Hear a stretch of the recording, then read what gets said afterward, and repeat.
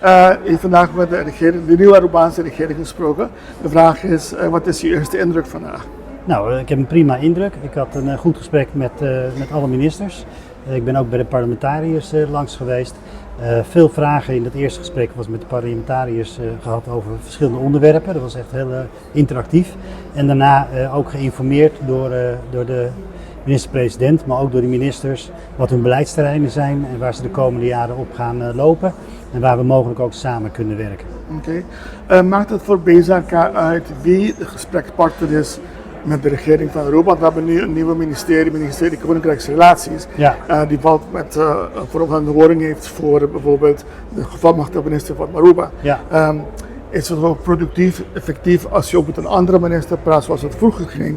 De premier bijvoorbeeld van Aruba, nu heb je 2 ministers. Ja. Maakt het even uit of niet? Ik heb geen idee, want dit is een nieuwe situatie. En ik heb goede gesprekken gehad met de minister voor Koninkrijksrelaties. We hebben ook afgesproken dat we binnenkort in Nederland met elkaar spreken. Ik heb ook goede contacten met de minister-president. Dus of ik nou met 1 of 2 mensen praat, dat maakt mij niet uit als de inhoud maar goed is. Oké. Met het feit dat de nieuwe Rijkswet nog niet is ingeleverd voor toetsing bij de Raad van State voor advies. Heeft het invloed op de 1 mei deadline, dat het misschien langer zal duren en dat u dan misschien inclineert om toch een nieuwe datum te prikken of toch nog niet?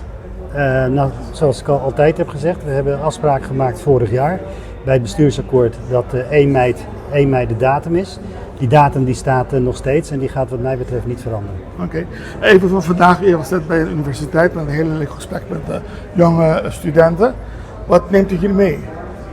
Wat neemt u hier mee? Wat is uw indruk en wat neemt u mee naar Nederland hierover? Ja, nou, wat ik meeneem hier vandaag is dat dit soort instituties, universitaire instituties, gewoon noodzakelijk zijn om ook naar onderwerpen te kijken zoals goed bestuur, naar solide financiën, maar ook economische ontwikkeling. Nou, toevallig zijn dat allemaal ook mijn prioriteiten. Ik ga hier niet over, want dit is een autonoom land. Maar ik vind wel heel goed dat dit soort onderwerpen ook op deze universiteit worden opgepakt en men tot resultaten wil komen. Ik heb heel veel enthousiaste jongelingen gezien. Die zijn wel de toekomst van Aruba. Dus ik heb er goed vertrouwen in dat er mooie stappen kunnen worden gezet. Dank je.